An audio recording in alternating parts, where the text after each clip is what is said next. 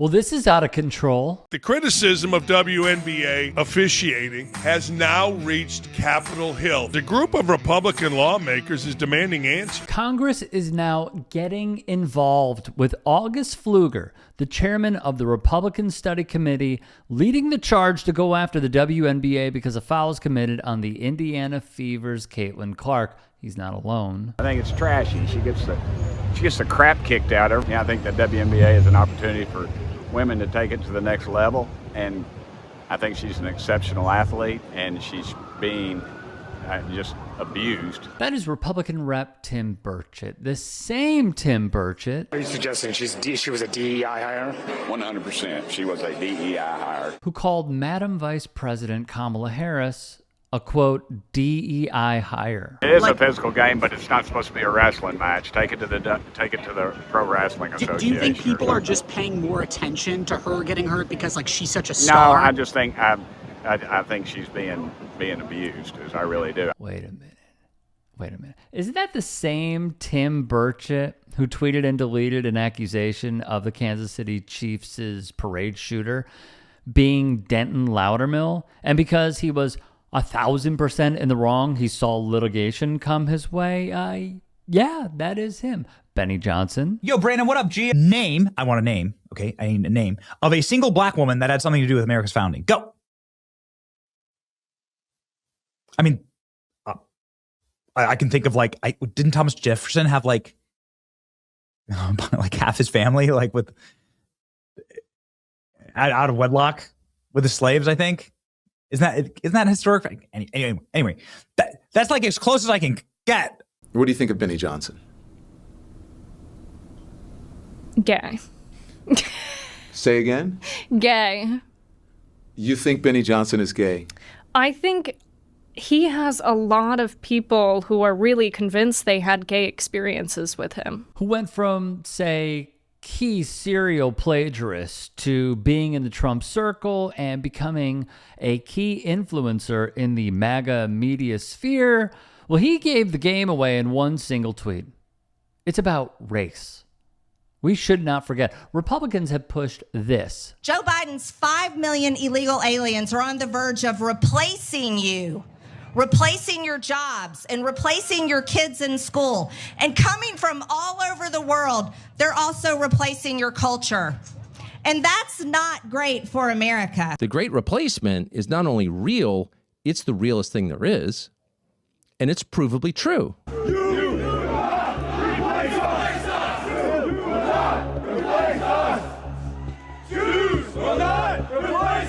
Trump supporter and billionaire Elon Musk wrote 100 above this message on X, which read in part, quote, "If white men become a minority, we will be slaughtered. White solidarity is the only way to survive." What is the Great Replacement theory? In the simplest of terms, it's the idea that there is some master plan to diminish white power. It's a far right-wing conspiracy theory that holds that powerful elites are intentionally replacing white people in Western nations with non-white immigrants. Peddlers of the conspiracy say Jewish people are behind the so-called replacement plan, that Jewish elites are bringing immigrants to America to diminish the influence of white Christians, or that Democrats are encouraging immigration in order to increase the number of more like-minded potential Democratic voters, or the two of those together. In MAGA circles, it is popular, like too popular. As The Hill explains, more than 60% of Americans who voted for former President Trump agree with the core tenet of the Great Replacement theory, according to a new Yahoo News YouGov poll.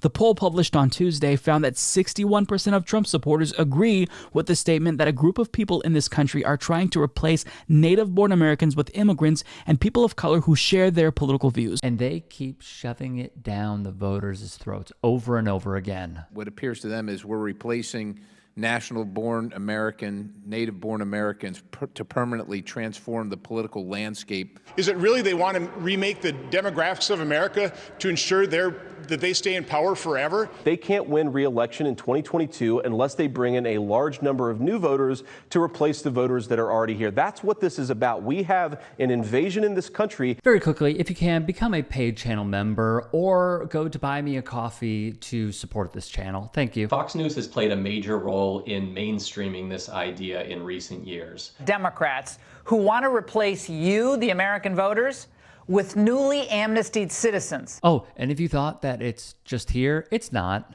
It's outside the U.S. as well. Some push the Great Replacement Theory, a white nationalist conspiracy theory claiming that white Europeans are being deliberately replaced by non-white immigrants, especially Muslims. What I personally see is history repeating itself at the intersection of sports and politics. When black Americans were expected to defer to whites, Jack Johnson battered them to the ground. Recall former champion Jack Johnson. Here is how freaking good this guy was at the sport of boxing.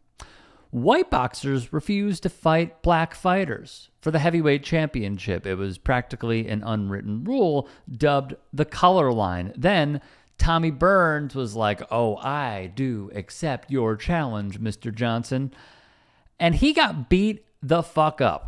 Per Teresa Runstedler, a scholar of African American history at American University, the loss would disrupt the narrative of white supremacy. Thus, enter another Jack. Writer, sports writer at that, Jack London, who called for a great white hope. He would name former champ Jim Jeffries to reemerge and to remove the golden smile from Jack Johnson's face. "Jeff, it's up to you. The white man must be rescued." Thus came the term, once more, that we should remember, the Great White Hope. The same line of thinking is being carried over with this particular party in power, with this particular mindset on their voters, and it's all being pushed with the vehicle being Caitlin Clark, writes Frederick Joseph, who is awesome at this stuff, by the way. This term, heavy with historical weight, encapsulates the longing for a white savior in realms dominated historically and presently by black and brown people. In sports, this narrative is both subtle and overt. It whispers in the undertones of media praise and shouts in the allocation of endorsements and attention. Here is what separates, say, Clark from Paige Beckers. With the light that I have now, as a white woman who leads a black-led sport, and celebrated here, I want to show a light on black women. They don't get the media coverage that they deserve. In the WNBA, last season, the postseason awards, 80% of the winners were black, but they got half the amount of coverage as the white athletes. So I think it's time for change. Sports media and sponsors tell us who is valuable, and you have told the world that I matter today, and everyone who voted, thank you. But I think we should use this power together to also celebrate black women. To all the incredible black women in my life, on my teams, to Breonna Taylor and all the lives lost, and to those names who have not yet learned, but I hope to share, I stand behind you and I'll continue to follow you and follow your lead and fight for you guys. So I just want to say thank you for everything. The differences are right in front of everyone's face. Meanwhile, some of Clark's fans. What do you think about the whole situation? Caitlin Clark getting punched in the throat, the suspension, media backlash? It's got to stop. It is deliberate. It's intentional. She's wearing a target on her back. She's not gay. She's not black. So you'd say 100% there is a racial element behind this, and there's a sexuality aspect to this because she's white, straight, and from rural America. She's the golden goose of the WNBA, and people are jealous. Consists of a lot of this, like a real lot. One man went to an Indiana Fever game rocking a MAGA hat with a sign that would read, "Make basketball great again, number 22. I just want to repeat what I also tweeted today. Everyone knows what's happening here. They are jealous because she is the best white player and one of the best players in the WNBA. And the WNBA is overwhelmingly black women.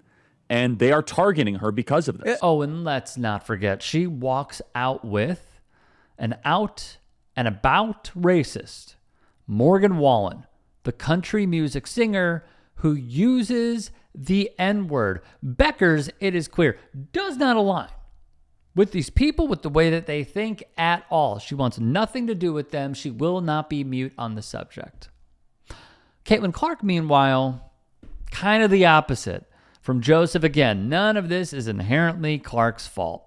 It is rather a mantle placed upon her by the historical currents of white America, a country still running on its treadmill of sins, each of which plays a pivotal role in shaping perception and valuation of public figures and athletes.